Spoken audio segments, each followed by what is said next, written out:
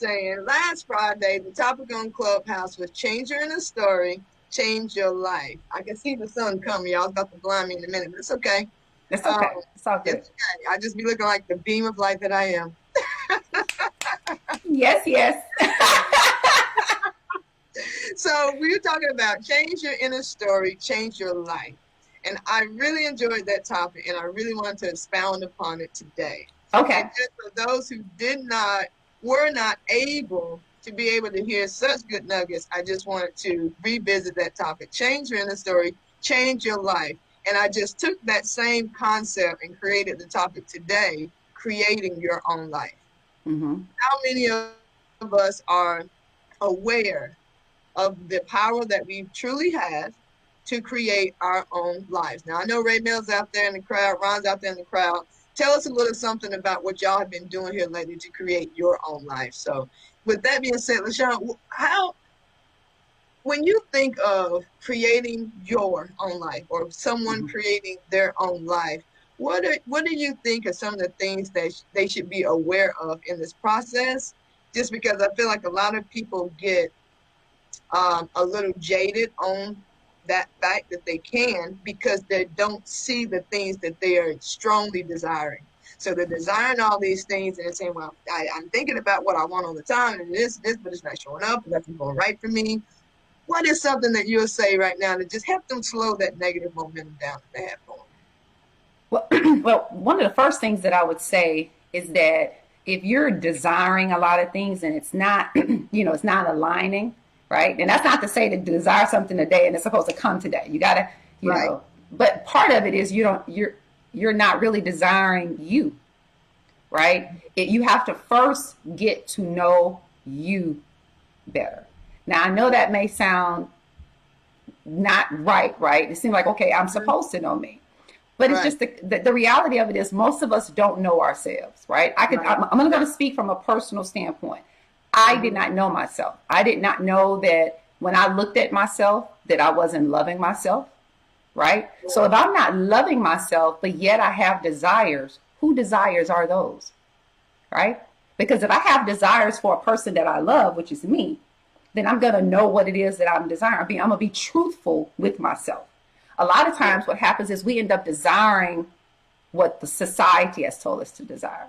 We end up desiring what we think we're supposed to have, right? You're supposed to have a lot of money. You're supposed to have, whatever it is you think that you're supposed to have. So I would tell anybody that's feeling like, okay, I got all of these desires and nothing has happened, just stop. Just stop and get to know yourself. Build a relationship with self, right? And in this relationship building with self, let me tell you something. I think I said it on the Clubhouse. Of all the people in the world that I could trust, I found when I started to build a relationship with myself, I was the one person that I did not trust, right? And I had to start to change that, and I had to learn how to become my biggest confidant.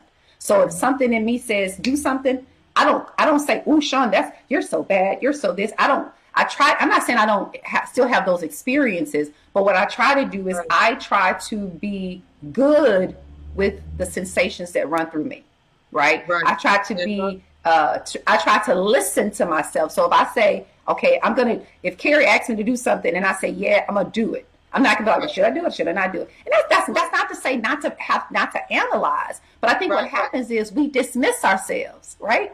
It's like, well, instead of me doing what I believe or what I think is best, I'm trying to do what Big Mama told me. I'm trying to do what cousin and society told me. And then I think what happens is that you have a disconnect between you and who you are. Because remember, you can only be who you are.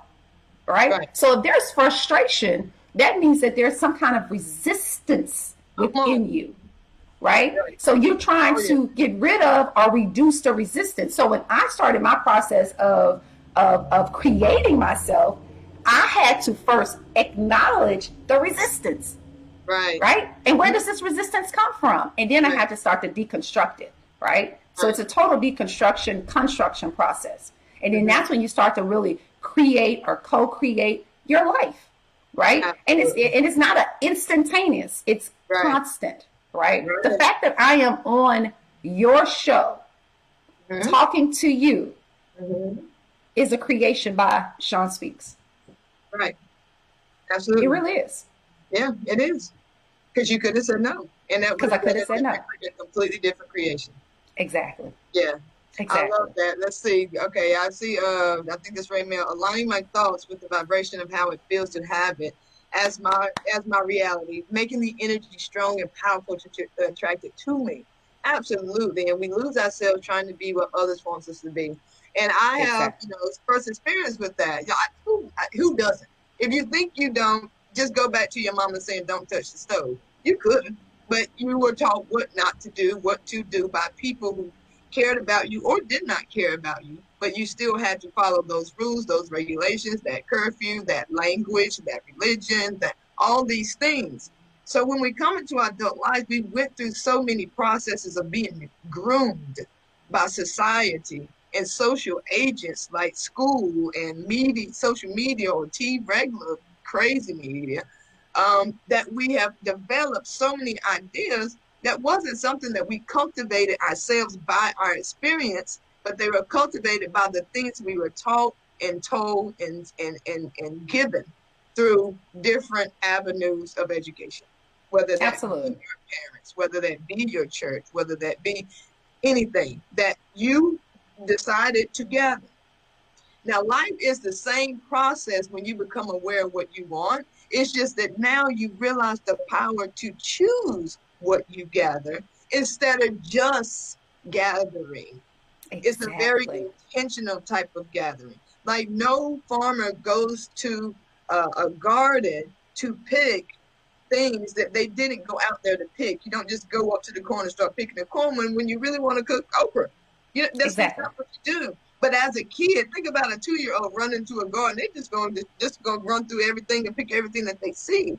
But when we come into this awareness, this maturity, this spiritual maturity, that we can see everything is for the picking, you be very careful what you pick because negativity is something that we choose, something that we pick. Because, like Abraham Hicks says, and I think it's the best analogy, just think of a stick. Which end do you want to hold? Which end do That's you want it. to hold? And at any point, you can switch it. Just hold the other Exactly. end of the stick. If everything's horrible, find one thing that's positive. And it can just be, I have my life. I have my life. I am grateful for my life. I have my life. And if that's the only thing that you have to hold on to that is positive in your life, if you hold on to that thing, it will amplify itself in your life. And that is a part of creation That's a because you part of it. realize the power and you intentionally chose that thing to focus on. And see, That and was that's what think about that the word intention, Carrie. right. It's intention. See what a lot of times what happens with the intentions and our desires is that we're not crediting ourselves Right. with the source of the intention. Right. Right? When you start to create your own life, you have an intention and you're not looking at the outer world to say, okay, is this okay, world? Is it okay for me to wear my hair in twists? No. All Right. right. I'm the source of the intention. Mm-hmm. Right. And then when I'm the source of the intention, I'm now responsible for the intention. I'm Mm-hmm. responsible to make sure that I feed the intention, Right. that I give this intention information that's needed for it to grow. Right. Right. I can remember years ago, and probably wasn't that really that long ago, I wanted Mm-hmm. to be a writer. I Mm-hmm. did. You can ask anybody that knows me personally, that knows me back in it. I've always wanted to be a writer since I was a kid. I can remember writing my first little book and bringing it to my mom and dad. Like, let's see, I can remember that, right? Yeah. And so I can totally remember wanting to write. But as I got older, right, you go to Uh-huh. school, then it's like, Yeah. your subject verb agreement isn't good enough, right? Right. So then that plants the seed to make you feel like you can't talk. Or, I stutter sometimes when I talk. Oh, so of course, then I decide I started making a little money. I was like, I'm going to go to a speech person to help me get rid of my Southern slang, right? I did Mm-hmm. all of those things trying to be what the out of world Yeah. said I needed to be, right? And Right. so as time passed, I was like, okay, I keep saying I want to be a writer, but yet I'm not writing. And one day I was listening to Seth Godin. I never forget it. I never forget it. I Oh, never forget it. Seth Godin, okay. Godin. Okay. And he was being interviewed or he was talking. I can't remember exactly what it was. But he said so many times people will come to him and say that they cannot write. Mm-hmm. And so he'll say, well, if you cannot write, show me what you've written. And then they'll say, well, I haven't written it. I can't write. Right. And he'll Right. say, well, he says, when you start to write, show me what you've written, right? Right. And then I'll tell you if you can write or not. Right. And he says, and what happens with a lot of people is they'll cut themselves off before they even start writing, which was me, right? Or they'll get lost in trying to perfect the writing. And this is me right here in comparison to others. Because I have this thing that I'm working on called the comparison trap. That'll get you stuck. But he said this one thing that stuck with me, right? Because I kept saying, oh, I want to do a blog. Oh, I want to do a podcast, but never did anything. Listening to him, he says, there comes a time that when you are a writer, you have to decide that you are a writer. And then you have to start to write. And then you have to revise your writing. But there comes a point where you stop writing, or in whatever you can substitute writing for whatever. But there comes a point when you stop writing and you have to ship it. And shipping it, the way I heard it, my interpretation was sharing it with the world. And right then and there, I heard that. I went to bed in the middle of the night. I woke up. I said, Sean, you got to ship it. I couldn't think of nothing else but ship it. So I got on GoDaddy. Ship it. I had to ship it. I got on GoDaddy. I said, well, what you going to call this is all in the middle of the night, y'all.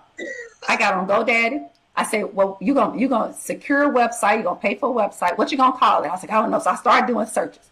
Then I bought the website, the domain. And then I said, okay, Sean, this is me with my credit card, put it in the door. I said, now, Sean, if you hit purchase buy on this, you have got to ship it within 24 hours. This has got to be a live site in 24 hours. I said, and this is what I told myself. I said, otherwise, I never want you to mention to yourself writing again. Woo! That's a tall order there. And then this is what happened. So I paid for the domain. I felt like I did something. Went to sleep.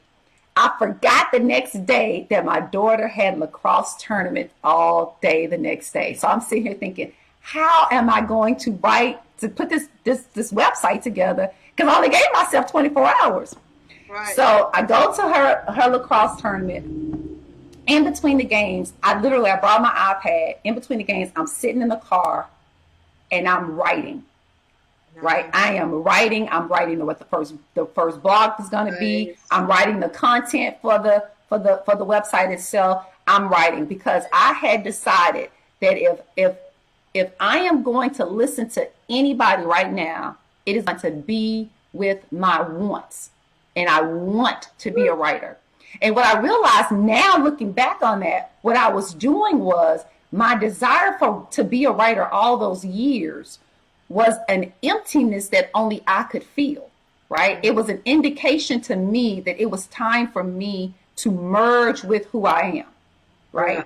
Instead of it being an empty place of, I want to be a writer, but I'm not writing.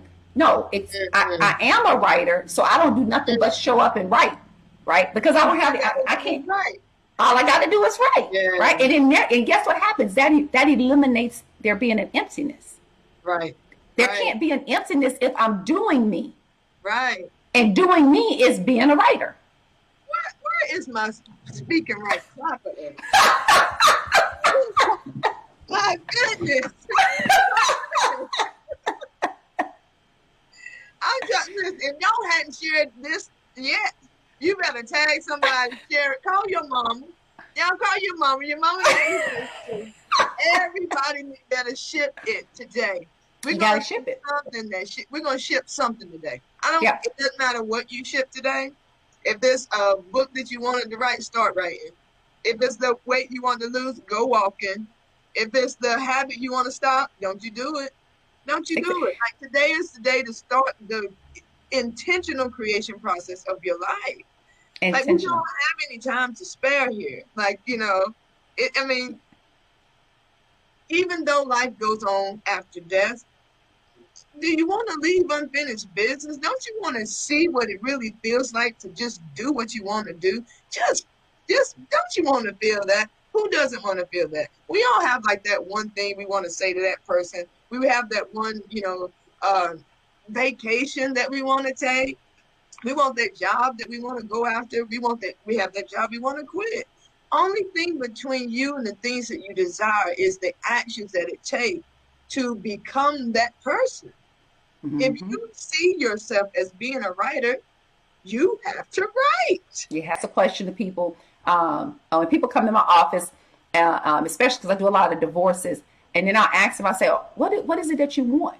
Right? So I always start people off with what do you want? Because I think what do you want is a roadmap. I call it the brainstorming session of knowing yourself. Start Right, off with what it is that you want. And then that way you can decide, is this your want? Is this you? Or is this what you're supposed to do? See, I realized, like for me, I went and got all of these degrees because they said that this is what they told me, right? This is what at least this is what I heard. If you go to school, get good grades, you will arrive to this great life, right, right? And so right. I said, okay, I'm gonna be a good little girl. I'm gonna go to school. I'm gonna get good grades. I'm gonna get the job. And then I got to the life and I was like,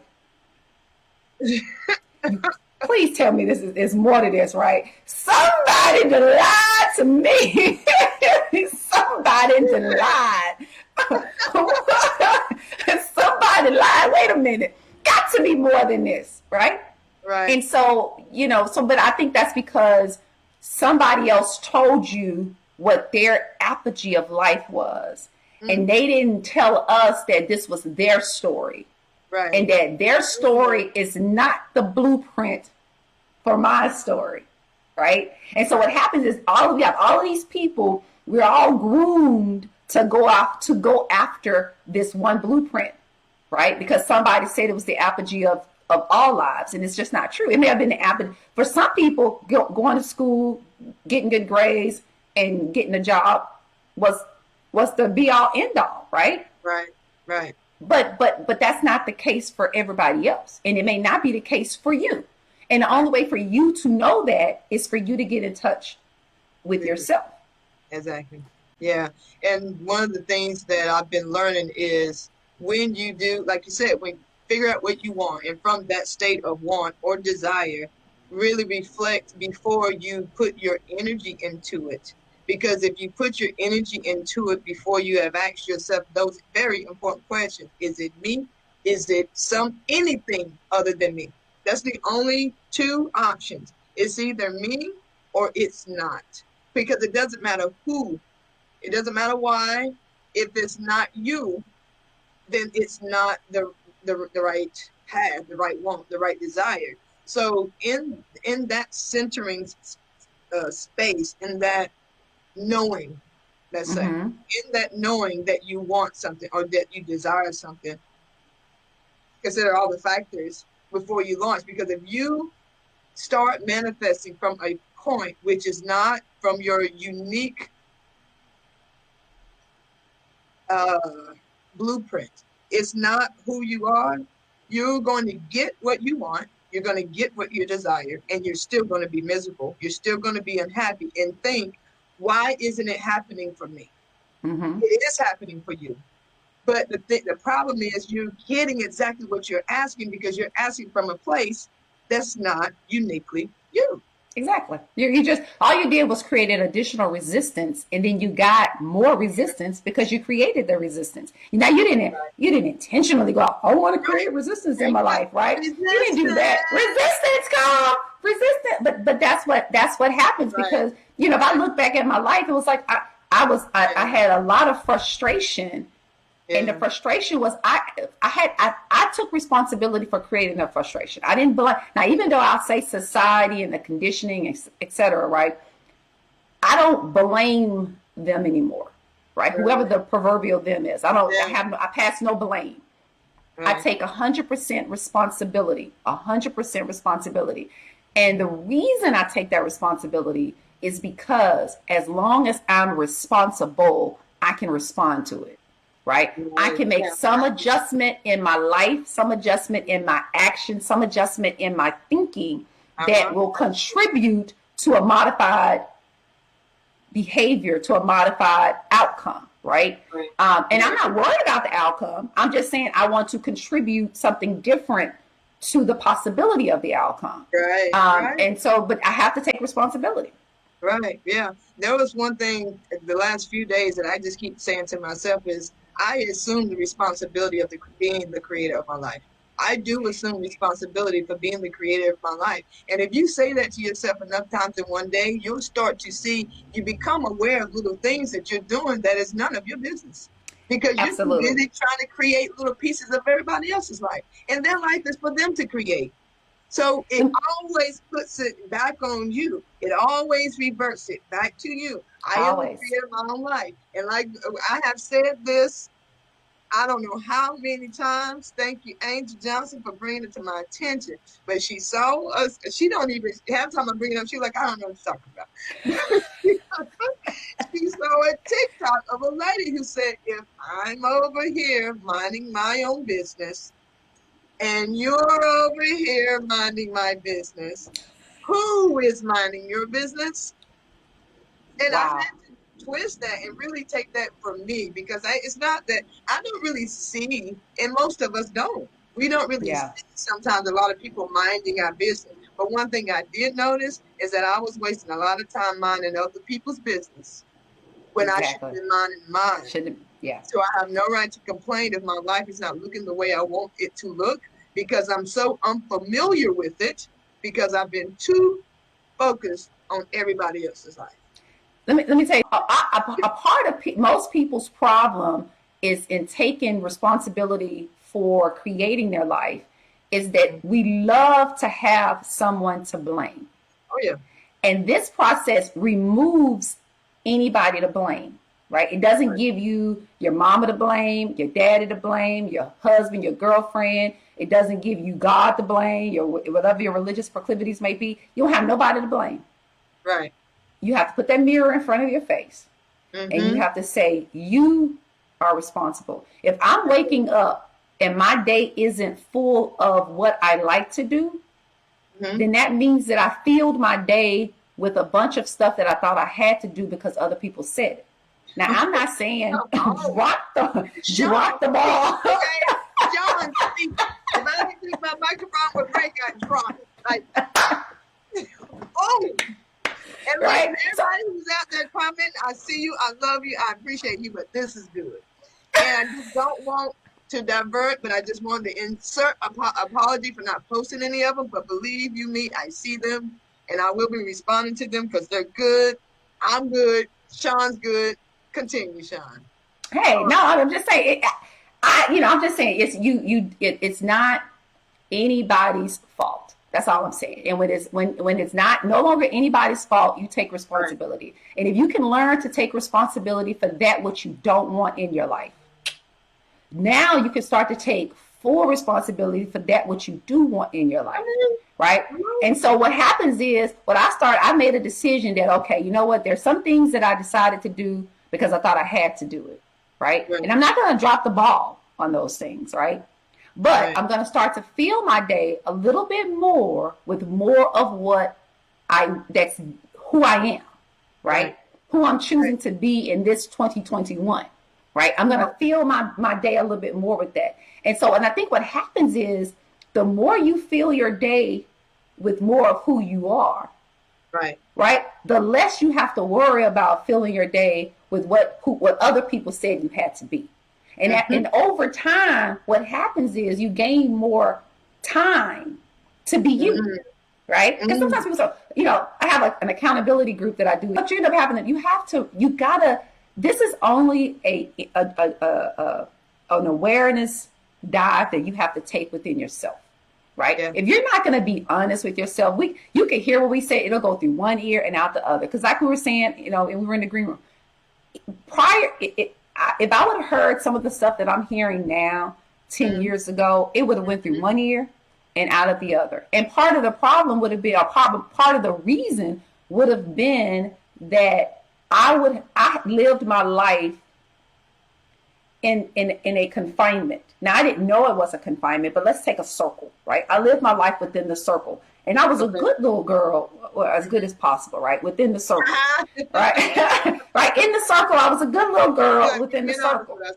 Yeah, right? But what would happen, if you would have, let's say, for instance, if I would have heard your content, I would have been like, oh, that sounds good, but there would have been a block automatically, right? Because your content would have said, well, Sean, explore a little bit further from the nucleus, right? And I would have explored, but I would have saw the boundary as a limitation. And I would have thought it was a absolute limitation, meaning it's a limitation that I am not supposed to go past. So even though I would have heard your content, I wouldn't have really received it because there's a block. Right? You're trying to tell me I'm limitless. And I'm like, girl, how am I limitless? I see that boundary right there. I can't go past that. I see that boundary. Yes. Right? Whereas when I started to take in more information that opened me, right? Then when you came in and you gave me information, and because now I'm receptive, now I'm like, okay, well, I'll go a little bit closer to the boundary. Now it's a boundary. Well, but maybe, is it really a boundary? Am I really limitless? And then guess what starts to happen? Then I'm willing to stretch a little bit. And then as I'm stretching, right, because I'm like, well, the boundary stops me. I'm not going to go no further because the boundary is going to stop me. So if I stretch, I'm just going to stretch just so I can prove Carrie wrong. So then I stretch. And then all of a sudden I realized that there was an illusion of confinement. There was never really a boundary, right? I sat here and confined my whole existence. I had all of this resistance. I'm fighting myself. I'm telling myself, you not ugly. Your hair's not cute. You need to do this. You need to do that. I'm doing all of that because I thought I was confined, when in actuality, it was an illusion of confinement. All I needed to do was be me and stretch into who it is that I say, who it is that I choose to be. And then all of a sudden, there is no boundary other than the one that I want to put on myself. Come on. I